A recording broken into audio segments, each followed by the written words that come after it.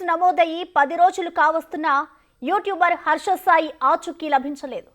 బాధితురాలిని నిందితురాలుగా చిత్రీకరించే ప్రయత్నంలో Harsha Sai PR team ఉన్నారు. కేసుపై పోలీసులు కూడా గోప్యత పాటిస్తున్నారు.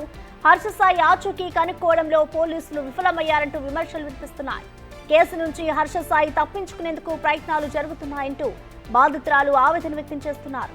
ఈ హర్ష సాయి పైన బయటకు వచ్చి మాట్లాడదామంటే తనకు సంబంధించిన ఫాలోవర్స్ ఎవరున్నారు, ఇట్లా కామెంట్లు చేస్తున్నారు, నెగిటివ్గా ప్రమోట్ చేస్తున్నారు. దాంతోపాటు హర్ష సాయికి సంబంధించిన పిఆర్ టీం ఏకంగా నా పైన కక్ష కట్టి గతంలో ఒక సినిమాకి సంబంధించిన కన్వర్సేషన్, ఒక హీరోయిన్ ఒక హీరో ఏ విధంగా మాట్లాడుకుంటారు, ఎంత క్లోజ్గా ఉండాలి, ఒక సినిమాలో నటించేటప్పుడు ఆ ఫ్లెక్సిబిలిటీ కోసం ఫ్రెండ్లీగా మాట్లాడుకున్నటువంటి అంశాలంతా కూడా రికార్డు చేసి మరి ఏ టైంకి ఏ డేటు ఏ సమయంలో మాట్లాడాము అన్నది కూడా పూర్తిగా దానిపైన రాసి మరి ఒక్కొక్కటి కావాలనే ఎట్లా రిలీజ్ చేస్తున్నారు.